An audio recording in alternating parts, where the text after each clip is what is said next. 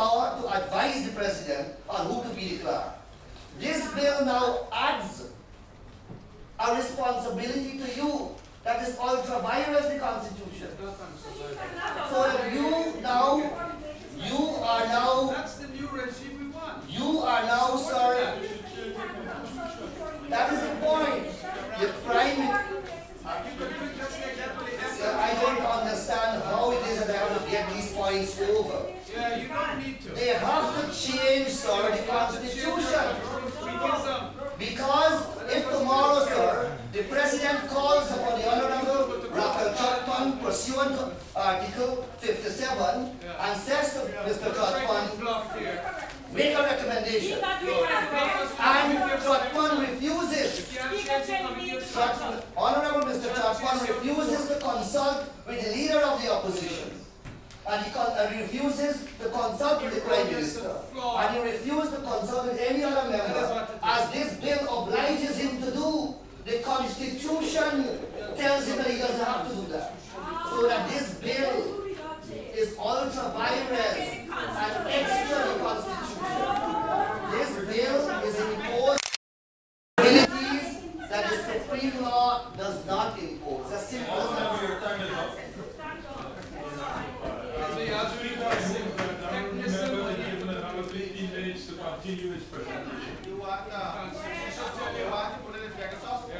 So that is again violated. So then we come to the terms of the Clerk of the National Assembly and the Deputy Clerk of the National Assembly. And sir, those are matters which are adequately and expansively provided for by Article 158(4) of the Constitution. And it says that, so why say that? When the Constitution says it already. You just don't pass a law because you want to pass a law. The thing is in the most supreme document of the country. Why? Just simply to repeat it. So sir, that is obviously, this is obviously completely unnecessary. And then sir, Article 158. Again, it is repeated in Article Clause 9 of the bill, is a replication of Article 158 5C. Clause 10 of the bill is a replication of Article 158 subsections 1 and 2. And then we deal with the vacation of office. Now sir, Article 158 itself speaks to how the Parliament is to, the Clerk of the National Assembly is to vacate his office. Now, these are highly entrenched provisions of the Constitution. One cannot digress from the express provisions of the Constitution, and that is what it seeks to do. First of all, the Constitution says that the clerk shall be removed from office by the President,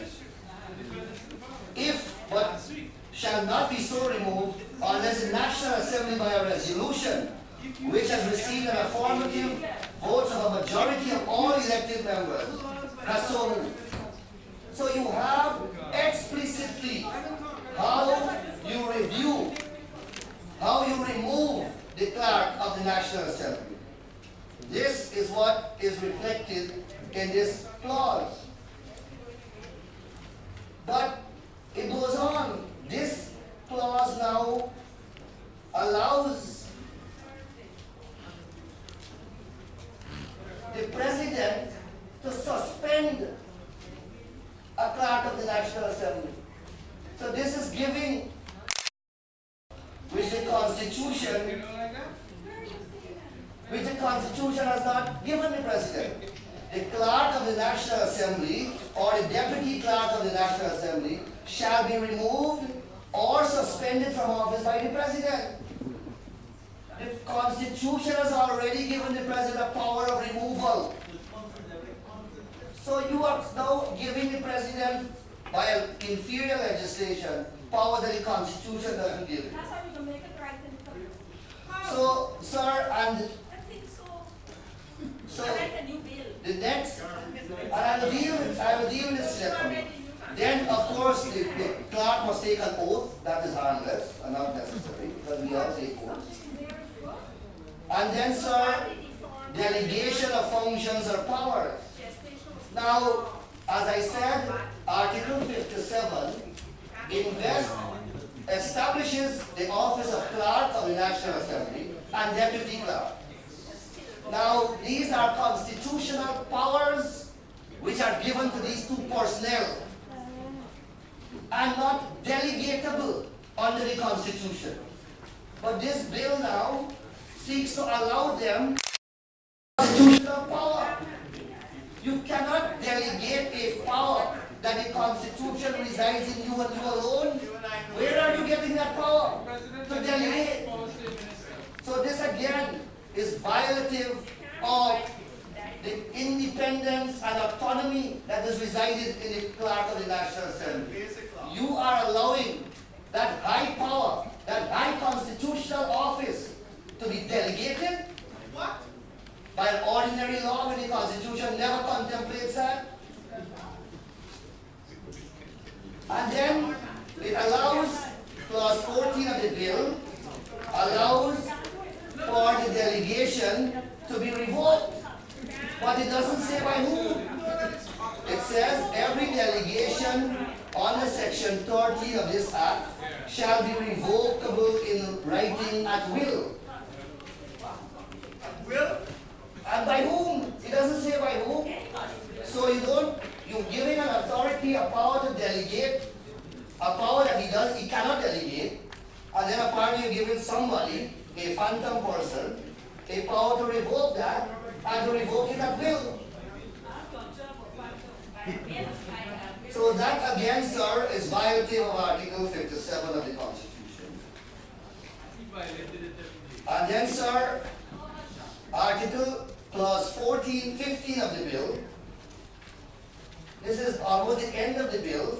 It seeks to establish an office of the clerk of the National Assembly.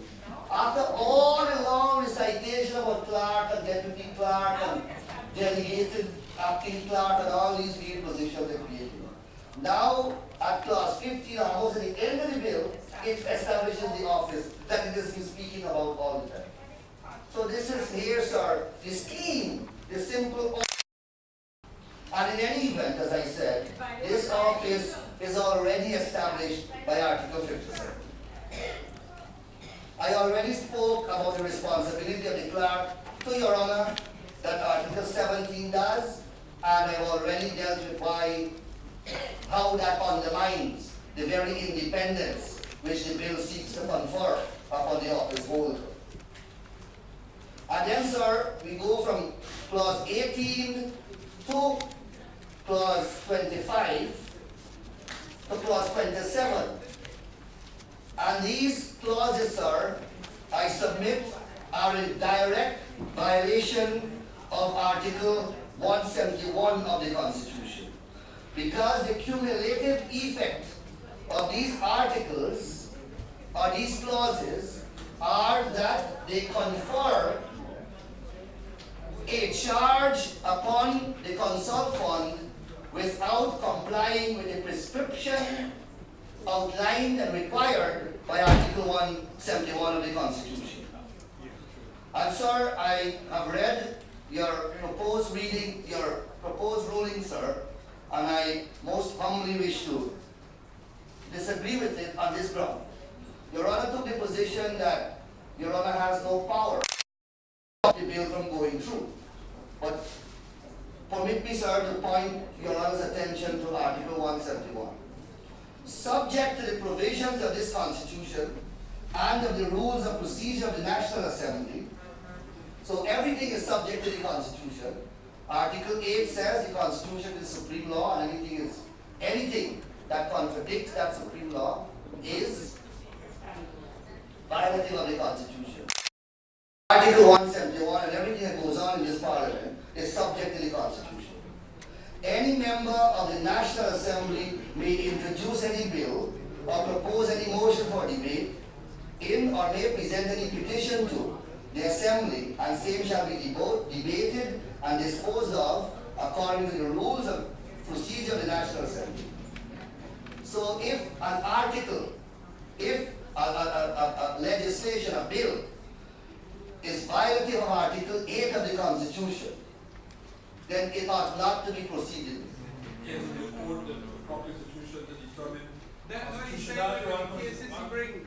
And now, if Your Honor is still in That's doubt, why the court of always sought to do just that. No. And struck down many laws of this. because I don't dispute the court's power to strike down after it is passed. But that doesn't mean that the court cannot intervene before it is passed. But quite apart from that, Article 171(2). Article 171(2) says, except on the recommendation or with the consent of the cabinet, signified by a minister, the assembly shall not. So the assembly is prohibited from proceeding, shall not proceed upon any bill, including any amendment to a bill, which in the opinion of the person presiding, that's Your Honor, In the opinion.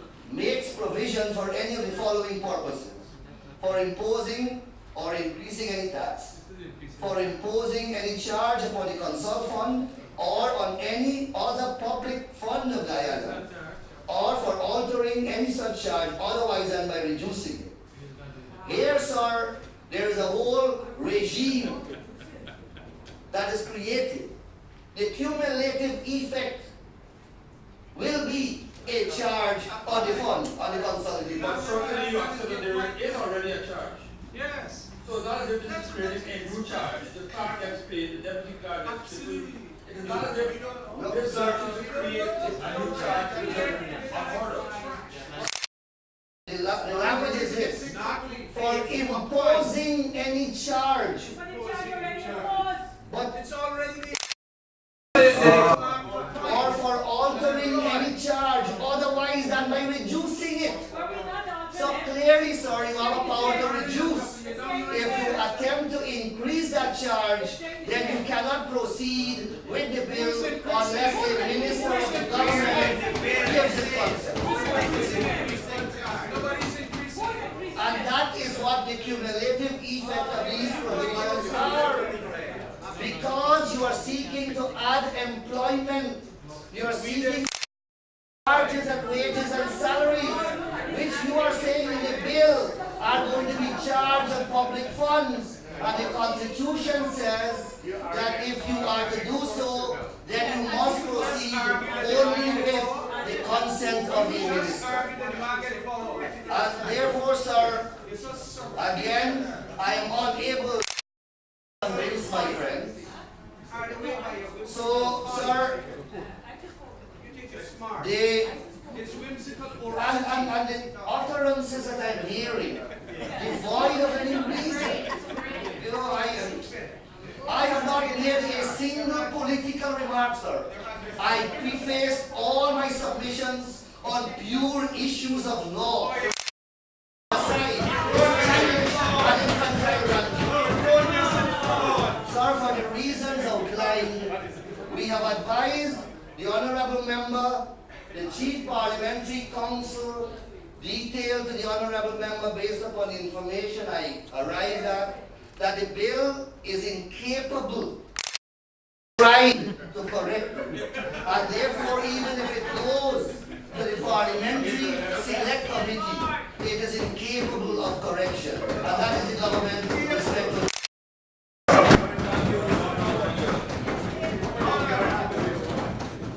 Mr. Speaker, it would be very much remiss of me not to make a couple remarks as to what was just said in rebuttal. I'm an Attorney General here who almost, with a portion of the machine normally uses, of slicing up that which is coming from the opposition as if it is all utter Nonsense. I don't advise you. Why don't We have been pleading, as you mentioned, Mr. Speaker, that we have to get some support in relation to legislative drafting. But we have also indicated in this Honorable Assembly that we have passed certain recommendations, we have supported certain reports, one of which is the Bragg, the Michael Davies report, the Pinder report, all of which reports that government supported in relation to two things. Of this branch of government being independent and controlled by the clerk, and the other, that there be independence financially. We now come here and hear that the Honorable Attorney General, the first one I'm hearing arguing this point, Mr. Ramsden, Mr. Singh, neither Mr. Bernardo Santos, none of them did before, now say that those recommendations unanimously decided on have been now blocked by the Constitution of this country. I am in nothing blocking those mentioned just now are erroneous and flawed, just like the Attorney General was told by the Honorable Chief Committee of Selection. On the budget case, what are you talking about? On the budget case. On the budget case. But you know, this attention to the Constitution. I want him to read that same so much wrong. You read it. The article says, Article 172. Read them, man. Subject to the provisions of paragraph 2, 3, and 4, Parliament may by law determine the privileges, immunities, and powers of the National Assembly.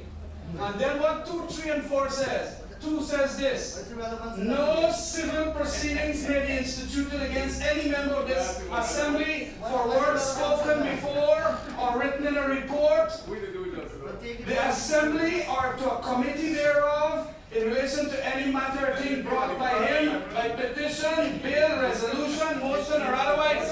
And this Attorney General is suing you and the opposition leaders members. And this article says you can't bring civil proceedings. So wait until the Chief Justice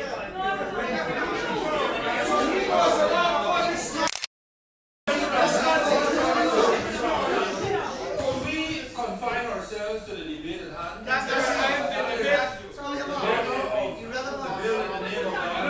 It's relevant, sir, because when you want to put paramountcy in the Constitution conveniently, so you're going to bring cases against members. I am indicating that this Honorable Attorney General is being very convenient when he argues his position. Attorneys General must be principled. Right down the Now I want to tell him that in relation to the Financial Management and Accountability Act, Mr. Ramsden, the bill is Ms. Lawson's bill, is with the clerk. yes.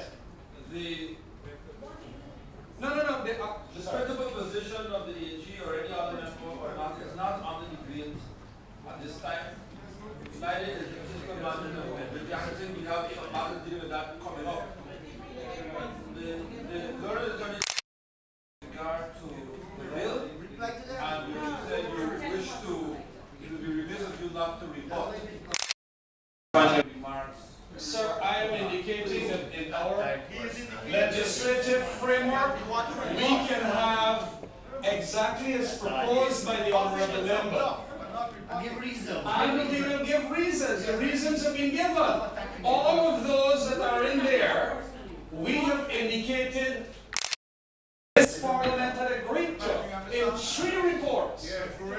And when you're now going to pretend at that time that it was not unconstitutional, that you're going to form of a piece of legislation, and the legislation is not coming, its gestation taking such a long time. Now when it comes from the opposition, you block it by saying, oh, them things unconstitutional.